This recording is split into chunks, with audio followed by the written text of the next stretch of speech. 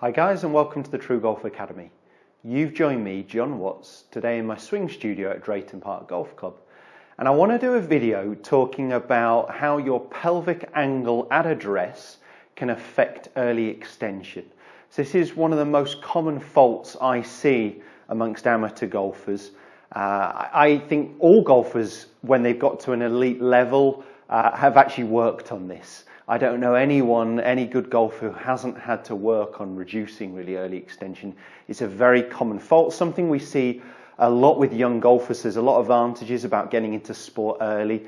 The only disadvantage is really in golf is we tend to see this sort of upward thrust action as they're not powerful enough to maintain posture, and more of a flash at the golf ball with hands and arms to try and generate the speed. So it's something you have to work on when the golfers are old enough and strong enough to be able to maintain or increase posture on the downswing.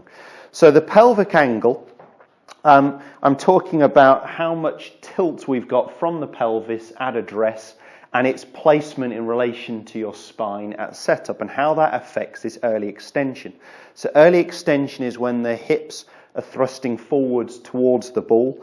It can have a number of issues. I recently did a video, and I'll put a link to it in this one, about curing your shank.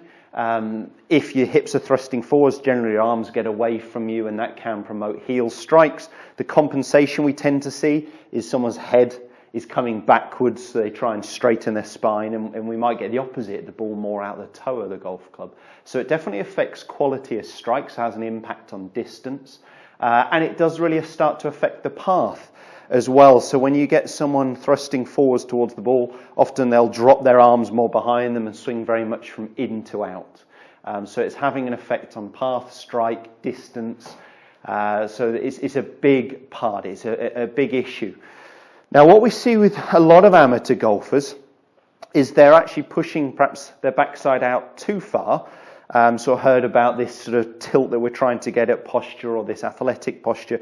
And actually, I think over the years, I've even told people to try and push their hips out, and maybe got them a little bit too far. So golfers trying to push their pelvis backwards too far, and what they're tending to then do at impact is the hips going towards the ball. What we actually want is your hips starting a little bit more tucked underneath your spine, and actually on the downswing, it's the feeling that you're actually pushing your pelvis backwards, your hips backwards, and getting a little bit deeper into the start of the downswing. So what I'm going to get you to do is set up, and I just want you to feel like you tuck your pelvis a little bit more underneath your spine here, so it's a slightly flatter angle rather than tilted backwards as much. What we're looking for when we're in the right position here with our pelvis tucked and the club behind the ball, and I'll draw a couple of lines on the screen, I'll also show you from face on because we're not quite there, is the line here from the back of our backside is going down just outside the heels, not too far outside the heels. And the other line you'll see, and you can check this with some mirror work or some video work in setup, is actually we want the line from the armpit, so for me the right armpit, down just over or skimming my kneecaps down towards the balls of my feet. So that line from my armpits there going down, skimming my kneecap towards the balls of my feet. My pressure should still be balls of feet, so we don't want our pressure starting back into the heels. It is starting balls of feet in an athletic position, but we're not creating quite as much pelvic tilt, pushing our backside out so we actually get our weight back into our heels. We're trying to feel like we tuck our pelvis a little bit more underneath, and what we're actually trying to do on the downswing, or even in the completion of the backswing, is increase that angle and actually push our hips backwards. So the line you're going to see on the screen, I'm trying to start on that line with my backside against it, and I'm trying to actually get my backside behind that line, or at least maintaining on the downswing. What we don't want to see is this type of movement.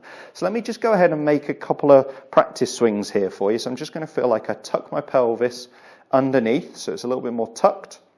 And I'm going to make my backswing, and on the downswing, really getting that feeling of getting a little bit deeper, pushing my pelvis backwards. What you'll see is there's a little bit of loss of height as the pressure moves down into my lead leg, And as I pivot towards the target, we're actually gaining height again. Again, I've done some videos on this, so I'm just going to put a link to it in this one. Please check that one out. It's going to help you understand this as well. But I'm just talking about this pelvic angle at setup. So we're starting with it tucked, and we're trying to increase that angle at the start of the downswing. A good way to feel that is with a football or a gym ball behind your hips. So starting tucked, so we're hardly applying any pressure to the ball here. Make that backswing, and on the downswing, really getting that feeling of pushing your hips backwards. Now I'm pushing my hips backwards while keeping my head still in the same position. I don't want to push my hips backwards and straighten my spine. Okay, I'm trying to increase this angle from my shoulders to my hips this way on the downswing, almost like I'm bowing down. So hips tucked, only just enough pressure against the ball to keep it there.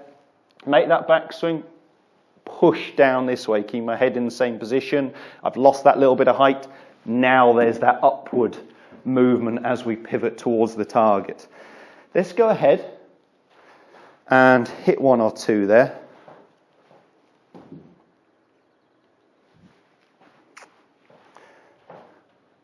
I'll show a slow-mo in this video so you get a better idea. So pelvis tucked under, and I'm trying to get that feeling of increasing that angle on the downswing, really pushing my hips backwards. Good. So that was definitely a technical feeling swing, so I'm not expecting my best results. But what I'm going to go ahead and do is hit one that just feels a little bit more natural. So not focusing on that movement. I would definitely feel that in practice until it became a little bit more natural. I'm just going to go ahead and hit one without focusing on it as much. So pelvis tucked underneath.